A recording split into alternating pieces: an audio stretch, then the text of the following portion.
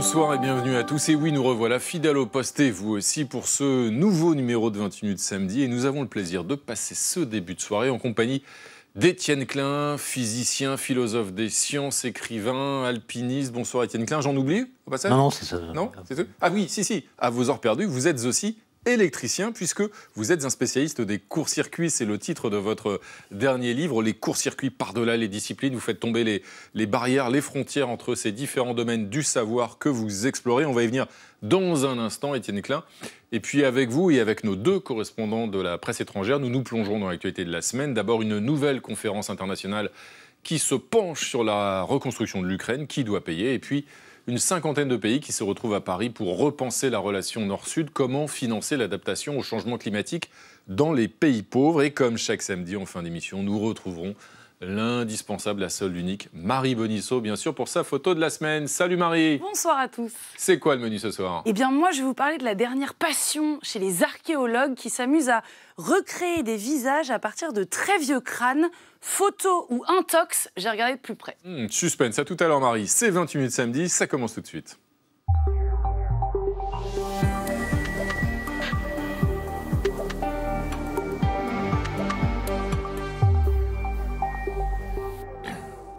Et bonsoir Sonia Kironi. Bonsoir Renaud Dely. Plaisir de vous retrouver.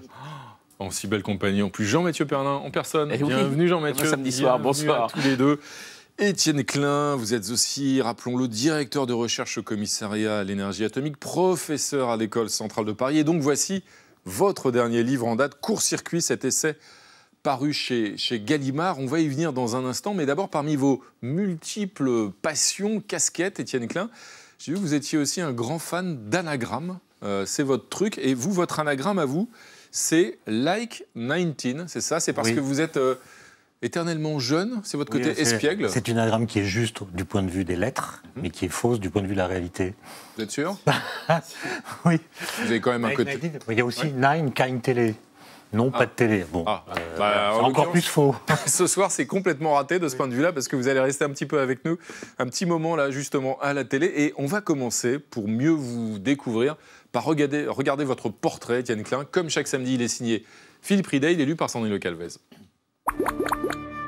Mon cher Étienne Klein, c'est fou comme les centraliens sont blagueurs. Antoine a chanté ses élucubrations en chemise à fleurs. Vous avez fait passer une tranche de chorizo pour l'étoile Proxima du Centaure. Précisons que vous êtes né à Paris, 1er avril en 1958 de Denis, ingénieur, et Françoise, mère au foyer. Un frère vous précède, 5 autres enfants vous suivent. Famille nombreuse, famille heureuse. Votre père aime les devinettes et les calembours, raisonnement contre-intuitif, double sens, moralité, il ne faut pas se fier aux évidences. Enfant curieux et passionné par les sciences, vous lisez tout ce qui vous tombe sous la main. En première, à Louis le Grand, vous découvrez Blaise Pascal et Jean-Jacques Rousseau, premier pas vers la philosophie. Ça donne une certaine densité à sa propre existence. 1976, bac C, mention très bien. 1978, élève à l'école centrale. 1980, stagiaire au CERN de Genève, découverte de la physique et de ses paradoxes. Et déjà cette interrogation, comment faire coexister la matière et l'antimatière, la physique et la philosophie? Le temps d'Einstein est-il celui d'Heidegger?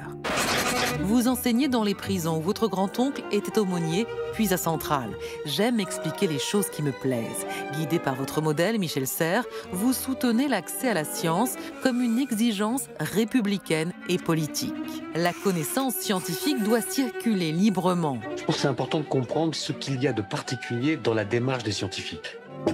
À 30 ans, l'annonce d'un cancer des cordes vocales vous presse d'écrire votre premier livre de vulgarisation, une démarche que vous poursuivez dans vos chroniques à France Culture. Pour comprendre les lois de la nature, il faut trouver des stratagèmes. Vous vous remettez. C'est à cette époque que vous commencez à pratiquer l'alpinisme à un haut niveau. Mon cher Étienne, n'était-ce pas aussi pour vérifier in situ l'implacable loi de la gravité? Bon, je ne sais pas comment c'est possible de faire un portrait comme ça, mais il est juste. C'est pas mal, hein. Il est juste en plus, hein. En plus, avec des vraies informations dedans. Oui, ah oui, absolument. Je découvre que j'ai été jeune, c'est incroyable. On est tous passés par là. Ces courts-circuits que vous pratiquez dans cet ouvrage, et tout au long de votre vie d'ailleurs, cette curiosité qu'on voyait à l'instant dans ce portrait, cette façon de en quelque sorte d'emprunter les chemins de traverse, de mélanger les disciplines. Vous dites que ce livre, il est né aussi d'un événement qui vous a touché profondément. Évidemment, c'est la perte de votre frère, que ça a été le déclic pour écrire ce livre, parce que votre frère, Pascal, était à la fois un bricoleur, un mécanicien de génie, un touche-à-tout, qui avait été traumatisé par l'expérience scolaire, en revanche. Oui, il avait 1 an de plus que moi. Il est mort il y a un peu plus d'1 an, en effet. Et sa mort m'a évidemment fait un choc. Et je me suis rendu compte que c'était mon antiparticule. Dans le petit reportage, on parle d'antimatière. Antiparticule, c'est-à-dire moi en inversé. C'est-à-dire qu'il était rétif à toute forme d'abstraction, notamment aux mathématiques modernes qu'on enseignait dans les années 70, en s'interdisant toute référence aux exemples concrets. Et par contre, avec ses mains, il était capable de réparer n'importe quel moteur électrique, thermique, de char d'assaut, d'avion, de mobilette. Et l'école n'a pas su, à l'époque, reconnaître ce talent qui confinait quasiment au génie, à mon avis. Parce que ce que vous écartez, ce que vous réfutez, c'est cette conception très française, dites-vous, qui consiste à nous classer dès l'école, justement, soit comme littéraire, soit comme scientifique. Vous dites que ça produit beaucoup de dégâts, et vous, justement, vous passez par-delà. Un enfant à 10 ans, c'est s'il est bon en maths ou pas. S'il est bon en maths, on l'oriente d'une certaine façon. S'il n'est pas bon en maths, on l'oriente d'une autre façon. Et s'il est mauvais en maths, on ne va pas insister. Alors qu'on peut trouver un intérêt pour les mathématiques à tous les âges. Il peut y avoir des barrières mentales qui peuvent sauter. Et je trouve que ce système, en effet, considère l'intelligence comme étant quelque chose qu'on peut ranger en catégories. Or, c'est peut-être d'ailleurs un réflexe de notre cerveau. Dès lors qu'on distingue des choses, A n'est pas la même chose que B, on s'oblige à hiérarchiser les choses. Est-ce que A est meilleur que B ou est-ce que A est moins bon que B? On ne peut pas penser la différence sans penser la relation d'ordre. Et il me semble que l'intelligence, il faut la considérer comme quelque chose qui se déploie selon un spectre qu'on n'a pas à hiérarchiser à l'intérieur de lui-même. Dans ces courts-circuits que vous nous proposez dans cet ouvrage, vous faites un rapprochement assez incongru, qui peut paraître en tout cas incongru, entre deux de vos figures héroïques de votre jeunesse. Qu'est-ce qui relie Albert Einstein et Rolling Stones? Bon, en fait, quand j'étais adolescent, il y avait 2 affiches d'Einstein, l'une qui le montre jeune, l'autre qui le montre plus âgé, et entre les 2, il y avait l'affiche des Rolling Stones.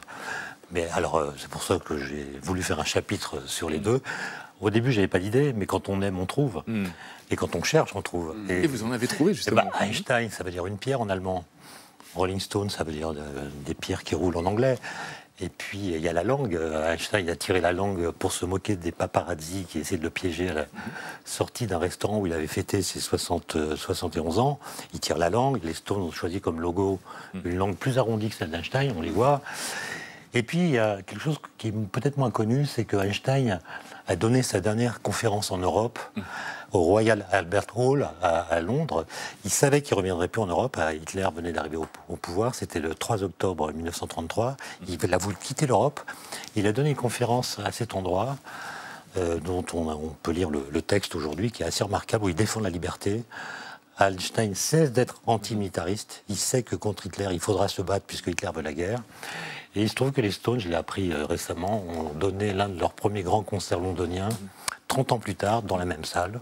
Donc ils se sont croisés dans l'espace-temps à des moments différents. Voilà, eux aussi d'ailleurs ont cultivé une forme de relativité au temps, et c'est toujours le cas d'ailleurs de Mick Jagger aujourd'hui. Alors, Albert Einstein, revenons à Albert Einstein, parce que votre héros, ce héros, n'est pas un héros de cinéma, Jean-Mathieu. Oui, voilà, c'est vrai qu'il a une belle tête. Il voyage dans le temps avec dans ses bagages une bombe nucléaire sans perdre un poil de sa célèbre moustache. Et pourtant, Albert Einstein n'a toujours pas un grand film qui évoque sa vie. Ils sont nombreux, les scientifiques à avoir eu leur biopic. Au cinéma, on pense à Alan Turing, Marie Curie, Stephen Hawking. Et toujours, au milieu de ces histoires de vie et d'équations, planait l'ombre du père de la théorie de la relativité, sans plus. Alors, il y a bien eu une série, quand même, en 2017, baptisée Genius, des téléfilms pour la télévision italienne, et même, je crois que vous la connaissez, une comédie australienne intitulée Einstein Junior, comédie alors toute relative, où un jeune Albert Einstein australien, bref, griffonne la célèbre équation E égale MC2 pour résumer une formule faisant mousser la bière. Voilà, c'est ça le pitch. Alors la carrière d'Einstein au cinéma est courte et seulement faite de second rôle. En même temps, Vous l'avez dit, un génie qui tire la langue est toujours plus complexe à comprendre. Mais on va le voir d'ailleurs cet été dans Oppenheimer, le film de Christopher Nolan sur la bombe atomique. Mais pourquoi, d'après vous, Albert Einstein n'intéresse pas les grands cinéastes? Mais parce que c'est trop, quoi. Il est trop. Oui. Si on veut simplement raconter l'année 1905, il publie 5 articles sur 5 sujets différents qui, chacun dans son coin, va révolutionner la physique. Déjà, raconter ça serait un film entier. Ça serait d'ailleurs une très belle expérience pédagogique. Mais je devrais peut-être pas le dire, mais je prépare avec Laurent-Frédéric Bollet et Christian Durieux une bande dessinée sur Einstein dans laquelle on imagine qu'il revient. Il revient en 2024 et on lui fait visiter des endroits. Vous allez être surpris, non? Voilà, on essaie de deviner ses réactions devant telle et telle situation, mais je ne peux pas en dire plus. N'en dites pas plus. Étienne Klein, nous avons une archive à vous montrer. Et on va retrouver un autre de vos héros, d'ailleurs une autre référence, un grand intellectuel auquel vous rendez hommage aussi dans un chapitre de votre ouvrage Court-Circuit. Un intellectuel qui était installé d'ailleurs ici même, à votre place, à 28 minutes, quelques jours avant sa disparition. Ouais, il s'agit du philosophe et historien des sciences Michel Serres, qui militait comme vous contre le cloisonnement des univers scientifiques et littéraires. C'était sa dernière interview télévisée, donc ici même sur ce plateau, le 18 mai 2019, il nous donnait une leçon d'optimisme. Dans l'état actuel, qui sont troublés, qui sont transformés, nous vivons un moment de l'histoire absolument exceptionnel, vous savez bien. Eh bien, si on est pessimiste, ça ne sert à rien, n'est-ce pas? Tandis que j'ai été professeur, comme vous l'avez vu, je suis aussi grand-père, etc.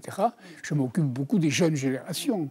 Et si on dit tout va mal, tout est foutu, etc., mais les jeunes générations sont désespérées.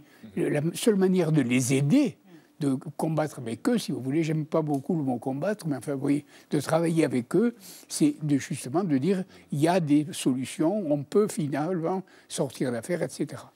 Une leçon d'optimisme quelques jours avant sa disparition, qu'il savait proche. Est-ce que vous partagez cet optimisme toujours aujourd'hui, malgré tout, malgré ce dont on va parler tout à l'heure, la guerre en Ukraine, la crise climatique? Il ne faut pas que ce soit un optimisme naïf. D'ailleurs, Michel Serres avait le sens du tragique. Il disait souvent, je pense à partir d'Hiroshima.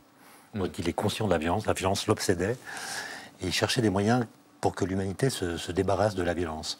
Donc moi, je ne cède pas à un optimisme naïf. D'ailleurs, Jean d'Ormesson, qui était un grand ami de Michel Serres, disait « Un optimiste, c'est un gars qui fait ses mots croisés avec un stylo bille. » Ce qui est plutôt d'ailleurs une marque de confiance en soi. Non, il faut plutôt être réaliste, c'est-à-dire faire des mots croisés, ne pas y renoncer. Si on est pessimiste, on ne fait même pas de mots croisés, on ne tente pas à la faire. Mais être réaliste, c'est savoir... Le crayon à papier plutôt, les mots croisés, oui, ça, pour corriger le cas échéant. Oui, une gomme. On l'a vu notamment pendant le Covid, il y a eu une défiance vis-à-vis des scientifiques. On a découvert que la France, il y avait 67 millions d'épidémiologistes à ce moment-là. Vous-même, vous parlez d'échec de la vulgarisation scientifique. Pour vous, elle est réelle? Échec relatif. Échec relatif, voilà. Pourquoi il y a ça? Parce que moi, j'ai pris conscience pendant le Covid que la vulgarisation, ça ne marche qu'auprès de ceux auprès de qui ça marche. C'est-à-dire ceux qui lisent des livres, qui viennent aux conférences, qui s'intéressent. Mais il y a toute une partie de la population qui reste très éloignée des raisonnements scientifiques. Et d'ailleurs, quand on parle de ces sujets, on oppose les scientifiques et le grand public. Mais cette séparation est artificielle et poreuse. Si vous m'interrogez sur la nucléosynthèse primordiale et le boson de Higgs, je peux vous répondre. Il allait le faire. Si vous m'interrogez sur le principe de fonctionnement du vaccin ARN messager, je serais plus hésitant. Si vous interrogez un biologiste sur ce vaccin, il pourra répondre. Mais si vous l'interrogez sur le boson de Higgs, il sera hésitant. Autrement dit, un scientifique n'est compétent que dans sa discipline, aux abords de sa discipline. Et c'est pour ça que les courts-circuits, parfois, sont utiles pour que les gens se parlent. C'est-à-dire qu'un scientifique doit aussi cultiver le doute et doit aussi parfois dire qu'il ne sait pas quand il ne sait pas. Il ne faut pas survendre le doute. Parce que ceux qui disent la science c'est le doute sont ceux qui font qu'on procrastine sur des grandes décisions. On tarde à accepter des vérités scientifiques. Non, la science, moi je ne doute pas que l'atome existe. Je ne connais pas de physicien qui doute de l'existence de l'atome. L'univers observé est en expansion. La Terre est plutôt ronde que plate. Ça c'est réglé. Par contre, ce corpus de connaissances qui est la science, nous savons qu'il pose des questions dont nous savons que nous n'en connaissons pas les réponses. Autrement dit, le doute du scientifique, c'est pas un doute, c'est pas le doute de l'ignare, c'est celui qui sait qu'il ne sait pas. Il sait qu'il ne sait pas, et donc qui fait des recherches. Et est-ce que ce doute parfois du grand public, vous y avez pas vous-même aussi un peu participé à cause de ce que vous appelez Le chorizo cosmico-comique, hein, vous l'évoquez dans votre livre, évidemment, c'est ce canular, cette idée saugrenue, écrivez-vous, que vous avez eu de poster le 31 juillet 2022 sur Twitter, la photographie d'une tranche donc, de chorizo en prétendant qu'il s'agissait d'une image prise par le tout nouveau télescope James Webb de l'étoile Proxima du Centaure. La crédulité, c'est-à-dire l'impact de ce tweet et la crédulité que ça a révélé, quelle leçon vous en tirez ? C'était une idée plus sotte que grenue, si j'ose dire. Non, j'ai complètement été débordé par l'affaire, parce que cette photo, elle est classique. On l'utilise pour des canulars depuis au moins 2018. Quand vous voulez faire un canular en astrophysique, il n'y a pas beaucoup de choix. Il faut que ce soit rond, orange et rouge, donc le saucisson lyonnais avec des taches blanches, ça ne marche pas. Donc c'est le chorizo qui est utilisé de façon récurrente. Et comme je précisais la distance de l'étoile, 4 années-lumière. Pensez qu'on pourrait avoir des détails sur la surface d'une étoile qui est à 4 années-lumière. Ça suppose un télescope très très grand. Donc je pensais que dans le canular, il y avait suffisamment d'informations pour qu'on puisse voir que c'est un canular. Et quand ça a explosé, je me suis dit, il faut quand même arrêter la machine qui s'emballe. J'ai mis en commentaire, selon la cosmologie contemporaine, il n'existe pas d'objet relevant de la charcuterie ibérique dans l'univers ailleurs que sur Terre. Donc pour moi, c'était bon, j'avouais. Oui, ça n'a pas été clair. Ben non. Et qu'est-ce que ça vous inquiète, justement, cette crédulité collective ? Disons qu'il y a eu plusieurs types de réactions. Il y a eu des articles dans le monde entier, dans des langues que je ne parle pas. Donc ça serait intéressant d'ailleurs de voir comment les différentes cultures reçoivent le canular. Je sais qu'aux États-Unis, beaucoup pensent qu'un canular, c'est une fake news. Et donc ça porte atteinte au gré de la science, alors qu'en fait, un canular, il est toujours avoué. Et en étant avoué, il permet à chacun de voir les biais cognitifs qui ont fait qu'il a été trompé. Et tout le monde a été trompé par des images, moi le premier, donc il n'y a pas de honte à être trompé. Simplement, comme il y a de plus en plus d'images, il est bon de savoir comment les lire et ne pas être trompé de façon trop automatique. On sera prudent. On va maintenant commencer tous ensemble notre petit tour. Avec le chorizo. Alors, on va maintenant commencer notre petit tour de l'actualité. Comme chaque semaine, c'est Gaël Legras qui ouvre le bal. Il nous emmène voir ailleurs ce qui fait la une de l'actualité hors de nos frontières. Et ce soir, on va pas bien loin, direction l'Allemagne. Affirmons-le sans détour, es ist eine wunderschöne Geschichte. En Allemagne, Ryan Al-Shebel a 29 ans et toute la presse relaie donc sa belle histoire. Seine Geschichte klingt halt eben auch wie aus einem Film. Vom Flüchtling zum Bürgermeister. Und das in gerade mal 8 Jahren. Né au sud de Damas, Ryan Al-Shebel a fui la Syrie en 2015. Turquie, traversée de la Méditerranée sur un canot pneumatique, île de Lesbos, puis 12 jours de marche à travers la Macédoine, la Serbie, la Croatie, l'Autriche et enfin Ryan, qui a alors 21 ans, arrive en Allemagne. À l'époque, la guerre ravage la Syrie et Angela Merkel décide d'accueillir les réfugiés. Ich sage, dies war und nicht mehr und nicht weniger als ein humanitärer Imperativ. Ryan, qui ne parle pas un mot d'allemand, apprend vite la langue, puis il suit une formation d'employé administratif avant d'être embauché dans une ville du sud-ouest du pays. Ce lundi, 8 ans après son arrivée, élu maire au premier tour avec 55,41% des voix, il a pris ses fonctions dans la petite commune d'Ostolsheim. Das ist die historische Bedeutung, das historische Signal dieser Wahl, dass auch Leute, die nicht hier geboren sind und erst vor ein paar Jahren gekommen sind. Pendant sa campagne, il a séduit les électeurs de ce village de 2500 habitants en appliquant la bonne vieille technique du porte-à-porte. Hat man gemerkt, wie offen der Herr Aslege ist dann und auch wie die Probleme anpacken will. La presse internationale salue cet événement. Le New York Times titre « Comment un réfugié a conquis une ville allemande conservatrice ». Le site d'information panarabe The New Arab précise « Grâce à lui, en Syrie, où seul le gang Assad est heureux, un certain réconfort nous vient à l'esprit ». Et le quotidien autrichien Kronenzeitung consacre un entretien aux jeunes Syriens. D'autres finissent dans la mer ou dans un camp de réfugiés. Cela aurait pu être moi, j'ai eu de la chance. Bon, en quelque sorte, les habitants d'Ostolsheim sont de grands patriotes au sens où l'entendait le Mahatma Gandhi. Mon patriotisme ne connaît aucune exclusive, il est prêt à accueillir le monde entier. Merci Gaël Legras. Voici maintenant l'heure d'attaquer l'actualité de la semaine. Pour cela, nous accueillons du renfort. Myriam Amellal, bonsoir, bienvenue à vous. Vous êtes journaliste à France 24, où vous êtes aux commandes du Journal de l'Afrique et de l'émission hebdomadaire Express Orient. Et à vos côtés, Bogdan Bodnar, bonsoir, bienvenue à vous, journaliste franco-ukrainien à Numérama. Vous êtes spécialiste en cyber et en géopolitique. C'est ça. Bienvenue à tous les deux. Sonia, on va attaquer tout de suite notre premier dossier de la semaine. C'est une nouvelle conférence internationale qui s'est tenue à Londres et qui s'est penchée sur la reconstruction de l'Ukraine. Oui, une conférence qui a réuni pendant 2 jours dans la capitale britannique une 60aine de pays, des institutions internationales et des représentants du secteur privé. Le coût de la reconstruction de l'Ukraine sera énorme, évidemment. Il varie selon les estimations. Une dernière évaluation de l'Union européenne donnait 600 milliards de dollars en novembre dernier. Bogdan Bodnar, qui doit payer? Est-ce que ce sont les États qui financent déjà la guerre? Est-ce que ce sont les entreprises du secteur privé? La Russie, déjà. Avant de se tourner vers tous ceux qui aident, je pense qu'il faut se tourner vers le coupable. Et la Russie, c'est quoi? C'est le 12e PIB mondial, 4e PIB par habitant. Donc ce gap-là, tout cet argent, je pense qu'il est quelque part. Il est disséminé en Europe, aux États-Unis, grâce à un tas de montages financiers. Rappelons-le, il y a la villa du gendre de Poutine à Biarritz qui est saisie, il y a la villa d'Abramovitch, il y a une villa de Rachnikov. Tout ça, ça reconstruit un quartier de Kiev. Donc d'abord, on se tourne vers la Russie, et ensuite, il y aura d'autres organisations comme le FMI, l'Union européenne, et je pense qu'à partir de là, on pourra discuter. Alors avant de voir comment procéder, on va écouter justement quelqu'un qui, lors de ce sommet à Londres, a défendu la position que vous venez d'exprimer, qui a pointé du doigt Moscou. Oui, et qui affirme travailler en ce moment justement sur ce type de solution. C'est le Premier ministre britannique Rishi Sunak. Il est clair que la Russie doit payer pour les destructions qu'elle a infligées. C'est pourquoi nous travaillons avec nos alliés pour explorer les voies légales d'utilisation des actifs russes. Lundi, nous publierons une nouvelle législation pour permettre de maintenir les sanctions en place jusqu'à ce que la Russie paie. Alors Myriam Amellal, évidemment, faire payer la Russie, ça paraît de bon sens, mais est-ce que c'est vraiment faisable? C'est difficile à faire parce qu'il y a le droit international et qu'on ne peut pas faire ça n'importe comment. Donc il faut que ce soit dans le respect du droit international, d'une part. Et d'autre part, ça peut aussi faire peur à certains parce que ça peut être aussi une espèce de jurisprudence. Il y a d'autres pays qui ont envahi des pays. Je pense aux États-Unis avec l'Irak. L'Irak peut aussi un jour demander réparation. Ça peut aussi freiner, je pense. Et d'un point de vue très pratique, très juridique, c'est un peu parfois compliqué. Il y a quelques mois, nous avions reçu ici le juge Renaud Van Ruymbeek qui a travaillé sur ces filières de corruption internationale. Il y a évidemment souvent des prête-noms pour cacher, masquer, protéger des avoirs, des yachts ou des possessions. Et c'est très difficile parfois de démontrer que tel ou tel bien appartient à Poutine ou à un oligarque. Mais je pense que si on met les moyens, on y arrive. Globalement, il y a des fuites, il y a des Panama Papers, on sait qui trouver. Ensuite, sur ce qui est pour le droit international, à partir du moment où la Russie ne respecte pas, je pense qu'on peut, nous, commencer à retravailler ce droit international pour l'appliquer différemment.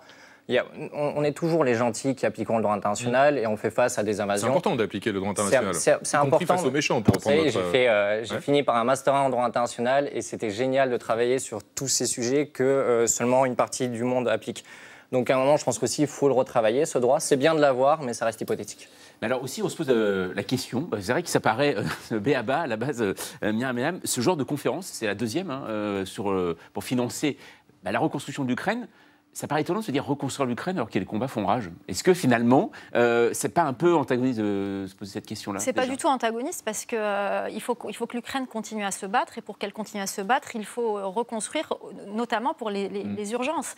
Il faut qu'il y ait des infrastructures pour pouvoir continuer à faire la guerre, d'ailleurs, pour continuer à avancer. Quitte à reconstruire plusieurs fois. Quitte à reconstruire plusieurs fois. Alors ça paraît peut-être aberrant et se dire qu'on va reconstruire, ça va être redétruit, on va reconstruire, ça va être redétruit, mais pour que le pays continue à se battre, déjà, ce qui est primordial, il faut reconstruire. Il faut que la population ait des infrastructures, il faut reconstruire des hôpitaux, il faut construire des routes aussi. Donc ça, c'est des centrales électriques, et ça, c'est primordial. Et c'est aussi un message à vocation politique de la part des soutiens de l'Ukraine, de montrer que justement, même si la Russie continue de bombarder, les Occidentaux sont là pour reconstruire. L'Ukraine le demande. En fait, la différence un peu avec ce qui se passe en Ukraine, c'est que elle veut sortir d'une ancienne influence soviétique, russe, qui a toujours été la Russie à travers l'Empire puis l'URSS. Et donc elle demande à rentrer dans l'Union européenne. Et pour rentrer dans l'Union européenne, elle veut s'occidentaliser. Et donc elle veut aussi se détacher de potentiels anciens oligarques ukrainiens qui avaient le pouvoir et qui pouvaient récupérer ces fonds pour leur fortune personnelle. Et donc elle cherche à créer des partenariats avec les entreprises occidentales pour dire « venez, maintenant nous on est capable de devenir un pays comme vous ». Étienne Klein, cette guerre qui dure maintenant depuis 18 mois, on voit évidemment, comme dans toute guerre, que la science, si j'ose dire, y participe aussi. C'est à la fois une guerre entre guillemets traditionnelle. On voit des chars, des combats assez traditionnels et évidemment meurtriers, etc. Et puis il y a aussi le spectre nucléaire fréquemment agité par Vladimir Poutine ou les interrogations sur la centrale notamment de Zaporizhzhia. On voit aussi que la science, si j'ose dire, ça aide évidemment à faire la guerre, y compris... la technologie plutôt. La technologie, Une guerre à la fois, pour ce que je peux en voir, à la fois très barbare et très technologique. Et on voit qu'il y a une compétition, notamment à propos des drones, entre les Russes et les Ukrainiens. Mais d'un point de vue moral, pour moi, qui ne suis pas compétent, mais il me semble qu'il est évident que c'est à la Russie de payer. La question est de savoir comment on fait. Et puis, quand une conférence comme celle que vous évoquez a lieu, et que les conclusions sont celles qu'on vient de dire, la Russie doit payer, quel effet ça produit sur le cerveau de M. Poutine? Est-ce que ça lui fait peur? Est-ce que ça l'inquiète? Est-ce que ça modifie sa stratégie, ses plans? Je ne suis pas dans la tête de Vladimir Poutine. Non plus, mais c'est vrai que Vladimir Poutine n'a pas réagi véritablement à ça, mais jusqu'à présent, il a organisé son propre sommet la semaine dernière économique. Oui. Donc on a l'impression que la vie continue. Avec des Russes. Voilà, dans une réalité alternative en Russie, en fait. Mais la guerre n'est pas finie, donc il anticipera au moment voulu. Alors, on va maintenant passer au temps fort en images de la semaine. Il nous emmène ce soir au fond, tout au fond de l'océan, par 4000 mètres de profondeur au large de Terre-Neuve, là où repose depuis 111 ans l'épave du Titanic. 5 personnes ont perdu la vie en voulant aller observer le navire mythique à bord d'un mini sous-marin de poche. James Cameron, le célèbre réalisateur du film Titanic, a plongé, lui, plusieurs fois déjà au-dessus de l'épave. Et il déplore que l'on ait ignoré les avertissements concernant la sécurité du submersible. OceanGate n'aurait pas dû faire cette expédition. Je pense que c'est assez clair. J'aurais aimé m'exprimer davantage sur ce sujet, mais je ne savais pas qu'il n'était pas certifié, puisque je n'avais pas vraiment étudié la question. Malgré ses défauts de conception, ce mini-sous-marin avait donc été affrété par quelques grandes fortunes. Est-ce à dire qu'avec l'espace, le tourisme des fonds marins, c'est aussi devenu à la fois un terrain d'expérimentation scientifique et puis la nouvelle passion touristique des plus riches, Étienne Klein? Expérimentation scientifique, je ne crois pas. Il n'y avait pas de projet scientifique associé à cette affaire. Le sous-marin n'avait pas été certifié. C'est le cas dans l'espace, en revanche. Les vols, dans l'espace, mais en tout cas, là, je ne crois pas. 4000 mètres, ça veut dire une pression de 400 bars. Et je crois que les hublots, notamment, n'étaient pas certifiés pour tenir une pression pareille. Et donc, les gens qui ont accepté de monter, d'ailleurs, dans ce petit sous-marin, savaient à quel risque ils étaient exposés. On savait que s'il y avait le moindre défaut, le moindre problème, remonter était une opération délicate. Vous auriez pu prendre Ah moi place? non, certainement pas. Non. Ça vous aurait pas tenté? Moi je rêve pas du tout les profondeurs, moi. Plutôt des altitudes. Oui, c'est plutôt Moi, je suis pour les altitudes positives que négatives. Peut-être, quand on voit aujourd'hui, en effet, on dit souvent les ultra-riches, en effet, qui testent maintenant des choses les plus extrêmes. Là, on l'a vu avec des sous-marins, on le voit en effet, SpaceX, Blue Origin, Virgin Galactic. Aujourd'hui, pour vous, on est quoi là-dedans? On est plus dans une recherche justement de loisirs ou ça peut faire avancer aussi scientifiquement quelque chose? Ça fera avancer scientifiquement quand Étienne Klein sera embarqué à bord d'une fusée. Jusque-là, on n'ira pas très loin. Et puis en fait, c'est pas un phénomène nouveau. Si on regarde déjà 18e, 19e siècle, les lubies des fortunés qui accompagnaient des explorateurs pour aller voir un ours polaire. Aujourd'hui, il y a des gens qui meurent sur l'Everest, qui ont payé une fortune. Il y a des gens qui se crachent en hélicoptère en Patagonie. Là, il se trouve que l'histoire est très insolite, on va dire. Donc, ils sont allés très bas, ils sont allés voir le Titanic. Donc, c'est pas quelque chose de nouveau non plus. Alors, scientifiquement, c'est vrai que 80% des océans ne sont pas explorés. Mais je pense que ce n'est pas le cas. Vous avez quand même, vous, déjà testé le vol parabolique, si je ne me trompe pas. Vous avez déjà testé la pesanteur. SpaceX, j'adorerais, mais je ne le ferai pas pour des tas de raisons. Mais vous n'êtes pas pure abstraction, vous êtes aussi dans le... En impesanteur pendant quelques jours, ça doit être aussi dans l'expérience. Moi, je l'ai fait pendant 40 petits vols paraboliques, à chaque fois 24 secondes, mémorables. 40 fois 24 secondes 40 fois 24 secondes, voilà, dans ces conditions-là. Et la grande question, c'est quand on sent plus son poids, ce qui est le cas en impesanteur. L'impesanteur, c'est pas l'absence de pesanteur, c'est l'absence de ressenti de la pesanteur. C'est-à-dire que quand vous n'êtes soumis qu'à votre poids, vous ne sentez pas que vous avez un poids. Là, on est assis, on sent qu'on a un poids, c'est à cause de notre chaise. Et ça permet d'avoir un rapport à son corps qui est complètement modifié. On voit la différence entre le poids et la masse. C'est passionnant. En effet, on le voit en vous écoutant. Myriam Amellal, cette exploration des profondeurs par quelques grandes fortunes, qu'est-ce que ça vous inspire? Ça illustre une forme de loisir pour ultra riche, si j'ose dire? Tout est relatif. Je me suis posé la question et moi je travaille sur l'Afrique et quand on sait qu'un salaire d'un enfant qui travaille dans les rues de Dakar peut être d'1 euro par jour et que nous on peut payer un billet d'avion pour aller aux États-Unis 5 000 euros, et ben ça leur paraît tout aussi faramineux que nous quand on apprend que pour monter dans une fusée c'est 250 000 euros, 300 000 euros, 400 000 euros. Donc tout est relatif. Après effectivement il faut que c'est un but scientifique et il ne faut pas oublier aussi le côté environnemental, ça peut aussi avoir un impact environnemental. Bien sûr. Sonia, on va aborder un autre dossier de la semaine. Ce dossier, c'est un sommet pour un nouveau pacte financier mondial qui s'est tenu jeudi et vendredi à Paris. Oui, à l'initiative d'Emmanuel Macron, une cinquantaine de chefs d'État et de gouvernement étaient réunis pour tenter de répondre aux immenses besoins des pays en développement en termes de lutte contre la pauvreté et d'adaptation au changement climatique. Les besoins, évidemment, sont énormes. Les avancées concrètes, plutôt limitées. Alors, il y a quand même eu quelques annonces, 2,5 milliards de dollars versés au Sénégal pour le développement des énergies renouvelables. Un accord également sur la restructuration de la dette de la Zambie. Myriam Amelal, les pays africains sont-ils repartis, au moins en partie satisfaits de ce sommet ? Les pays peut-être, les populations africaines, je ne suis pas sûre qu'elles y croient encore parce que ça fait des années qu'on fait des promesses de dons, des promesses de développement et qu'on ne voit pas les choses arriver. On est sur un continent où les populations sont de plus en plus sceptiques face au monde occidental. On a l'impression qu'on tourne le dos, qu'il y a une politique de 2 poids 2 mesures. Il y a très peu d'Africains qui croient et leurs priorités ne sont pas les mêmes en plus. On a vu le président tchadien Mahamat Idriss Déby présent à cette conférence. Je ne pense pas que l'environnement, par exemple, soit ses priorités principales. Aujourd'hui, il y a une guerre au Soudan qui est en train de déstabiliser le Tchad. Et je pense que sa plus grande inquiétude, c'est ça. C'est pas tant les questions environnementales.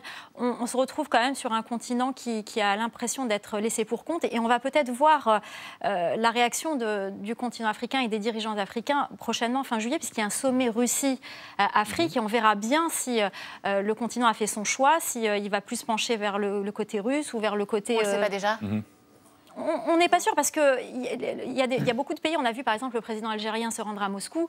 Je me suis posé la question et j'ai posé la question à des experts aussi. Est-ce que l'Algérie va trancher pour la Russie, va tourner le dos à la France? Parce que le président Tebboune devait être en France au moment où il est allé en Russie. En réalité, l'Algérie a besoin aussi de la France, a besoin aussi des pays occidentaux. Donc... il faudra jouer encore une politique d'équilibriste, je pense. Bogdan Modnar, est-ce qu'à travers effectivement cette recherche d'un nouvel équilibre nord-sud, qui était l'ordre du jour de ce sommet pour un pacte financier mondial, il y a aussi des équilibres géopolitiques qui se jouent et une façon peut-être pour l'Europe et les pays occidentaux de contrecarrer 2 influences concurrentes, celle de la Russie qu'on évoquait à l'instant, notamment à travers les milices privées qui ont été pointées du doigt d'ailleurs hier par Emmanuel Macron, et puis celle de la Chine aussi, notamment sur la dette. On sait que certains régimes africains se tournent maintenant davantage vers la Chine pour essayer de contourner... Ils sont sur l'autoroute de la Chine déjà. Donc c'est une autre forme de dépendance, en quelque sorte. Pour moi, après il faudrait laisser parler pas les Africains, mais les pays africains concernés. Maintenant, je trouve ça très symbolique, il faut rappeler les réalités économiques aujourd'hui. France, Afrique entière, le continent, c'est entre 3 et 4 milliards d'échanges commerciaux. L'Espagne, c'est 70 milliards. Donc les contrats, ça fait 10-15 ans qu'ils ont été terminés, rompus. La France, elle a trouvé d'autres moyens de s'approvisionner par différents pays, le Kazakhstan notamment pour l'uranium. Donc maintenant, l'Afrique a fait un choix. Pour ce qui est de la sécurité, étant à haute la Russie. Pour ce qui est de l'économie, c'est la Chine. Et dans tous nos portables aujourd'hui, si c'est chinois, c'est probablement du bauxite, des métaux rares qui ont été probablement prélevés en Afrique ou en République démocratique du Congo ou en Chine, parce que la Chine en a aussi. Donc je pense que le choix, il est déjà fait. Et puis, de toute manière, c'est un sommet très symbolique. Alors, il y a quand même... j'aimerais apporter une nuance. Je pense que les Africains aussi réalisent... C'est un choix qui est parfois par dépit ou un choix contestataire d'aller vers la Russie. Même s'il y a eu des annonces quand même lors de ce sommet, par exemple les 100 milliards de dollars annuels que vont verser les pays développés, les pays riches. Absolument, pour les il y a pays eu des pauvres, annonces plutôt positives. Pour le Sénégal aussi, 2 milliards. Je pense qu'en fait, le continent africain n'est pas complètement perdu, que c'est vraiment un choix contestataire. On le voit au Mali. les Maliens soutenaient vraiment le colonel Assimi Goïta contre la France, contre Barkhane, etc. Aujourd'hui, ça commence à changer. On a vu le référendum, pas d'affluence dans les bureaux de vote. Les Maliens commencent à se poser des questions. C'est le cas aussi en Centrafrique. On se rend compte qu'ils ne sont pas non plus là juste pour les beaux yeux des Africains, si je puis dire. Il y a un autre élément, évidemment, qui est déterminant pour mobiliser des financements, c'est les taxes, la question des taxes ou des impôts. Alors, il y a des financements privés aussi qui étaient... les chefs d'État appelaient à davantage de financements privés, mais aussi des financements publics à l'occasion de ce sommet. Et Emmanuel Macron, lui, s'est félicité du rôle pionnier, selon lui, de la France, notamment à cause de la taxe sur les transactions financières que la France met en application depuis déjà plusieurs années. Une taxe héritée de celle qu'on appelait jadis la taxe Tobin. Oui, Renaud, à son évocation, là, la taxe Tobin, reviennent des images d'un coup de sommet à Porto Alegre, d'Occupy Wall Street et même des deals de Manu Chao. Et oui, il faut bien le dire. La taxe Tobin rappelle ce souvenir-là. C'est la grande idée du mouvement mondialiste du début des années 2000, taxer les transactions financières entre 0,1 et 0,5% pour apporter de l'argent frais aux politiques publiques. Alors, la taxe Tobin, du nom du prix Nobel James Tobin, 1981, elle a plusieurs fois d'ailleurs cette taxe changé d'appellation. Elle s'appelait également taxe Robin des Bois. Voilà. Et puis FTT comme Financial Transaction Tax. Et beaucoup se disent qu'avec la crise climatique, c'est le moment de la mettre en place. Et le 6 juin dernier, une tribune parue dans Le Monde rassemblait 70 économistes internationaux qui appelaient justement à cette mise en place. Et selon eux, une taxe sur les transactions financières étendue à l'ensemble des membres du G20 rapporterait entre 156 milliards et 260 milliards d'euros par an. Alors depuis 2012, vous l'avez dit Renaud, la France a mis en place un tel dispositif grâce à un intermondialiste assez modéré, on va dire, puisque c'était Nicolas Sarkozy. La taxe française donc, est souvent d'ailleurs critiquée car peu ambitieuse. Le 16 février dernier, une résolution appelant à l'adoption de la taxe sur la transaction financière avant la fin du mois de juin a été votée par le Parlement européen. Et c'est assez intéressant de voir les votes parce que seuls 40% du groupe Renew auquel appartiennent les députés macronistes ont voté pour, contre 80% du groupe de droite. Un impôt qui pourrait rapporter donc 57 milliards d'euros à l'Union européenne et qui montre que la nostalgie touche même la taxation sur les transactions financières. C'est assez étonnant. Étienne Klein, pour vous, cet impôt, là, comme on dit, une taxe sur les transactions financières, ça peut être intéressant ? Non, mais beaucoup trop incompétent pour vous répondre. En tout cas, il y a le problème qu'on s'est beaucoup développé, nous, les Occidentaux, l'Afrique moins, et on lui demande de se développer, mais autrement. Et donc, ça ne peut pas se faire sans... qui est rupture du modèle. Un mot sur un de vos multiples domaines de compétences, quand même le savoir, la science. Est-ce qu'on on voit aussi par rapport à ce défi climatique, l'ampleur du changement climatique qui frappe en premier lieu les pays pauvres, se développer parfois ce qu'on appelle l'éco-anxiété, voire même d'ailleurs certains versés dans une forme de collapsologie. Est-ce qu'on peut encore avoir confiance dans la science, dans le savoir et dans ses applications technologiques pour surmonter ce défi climatique ? Moi je pense, comme tout le monde presque, je pense que la solution n'est pas que technologique, il faut penser en termes de sobriété. Si on voulait que tous les humains, 7 milliards, 8 milliards, vivent avec autant d'énergie qu'un Français en moyenne, d'abord on ne sait pas comment on pourrait produire cette énergie, et si on pouvait le faire, l'atmosphère terrestre ne le supporterait pas.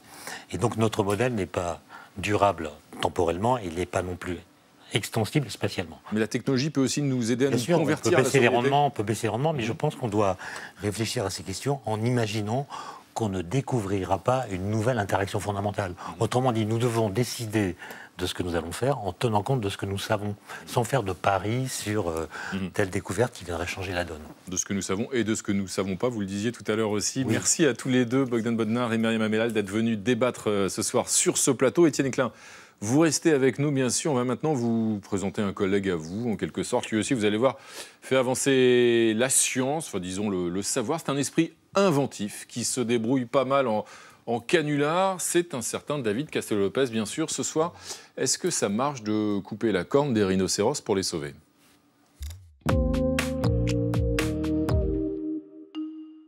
Est-ce que ça marche de couper la corne des rhinocéros pour les sauver ? Couper la corne des rhinocéros, c'est l'une des méthodes les plus utilisées pour lutter contre leur braconnage. L'idée étant que du point de vue d'un braconnier, un rhinocéros sans corne n'a aucun intérêt. Cette pratique est courante depuis plus de 15 ans et personnellement, elle me rend triste, parce qu'un rhinocéros sans corne n'est plus du tout majestueux. En somme, ça devient une sorte de vache un peu difforme.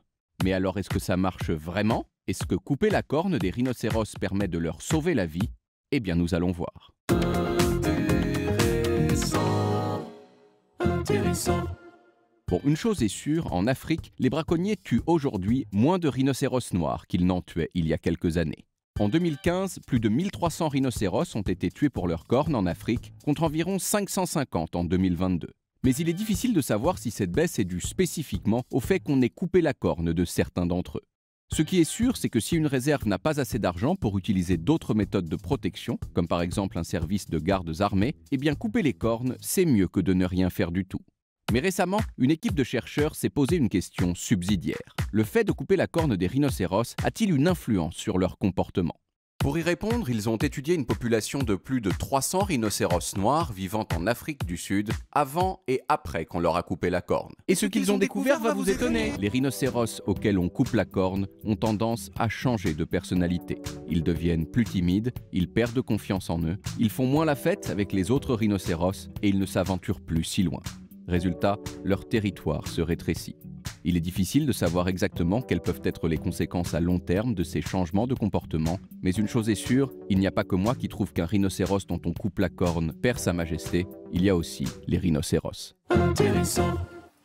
Ben voilà, c'est dit. Merci David Cassel-Lopez. Bonsoir Marie Bonisseau. Bonsoir à tous. Bienvenue Marie, ravi de vous retrouver ce soir, vous et votre photo de la semaine. Et cette photo, eh bien, c'est la photo impressionnante d'une adolescente âgée d'à peine 1300 ans. Oui, à peine, vous allez voir, c'est très impressionnant. C'est la grande mode chez les archéologues britanniques, notamment en ce moment, recréer les visages de nos lointains ancêtres. Donc dans un instant, vous allez vous retrouver nez à nez avec la Trumpington Girl, la fille de Trumpington, dont on a retrouvé le squelette qui date du 7e siècle, près de Cambridge, à Trumpington. Alors, on pense que c'est une des premières chrétiennes de la région. Pourquoi ? Parce que dans sa tombe, il y avait une rarissime et magnifique croix en or et en grenat. Ce qui nous dit aussi qu'on a affaire à une noble, voire une princesse. On pense qu'elle est morte autour de l'âge de 16 ans.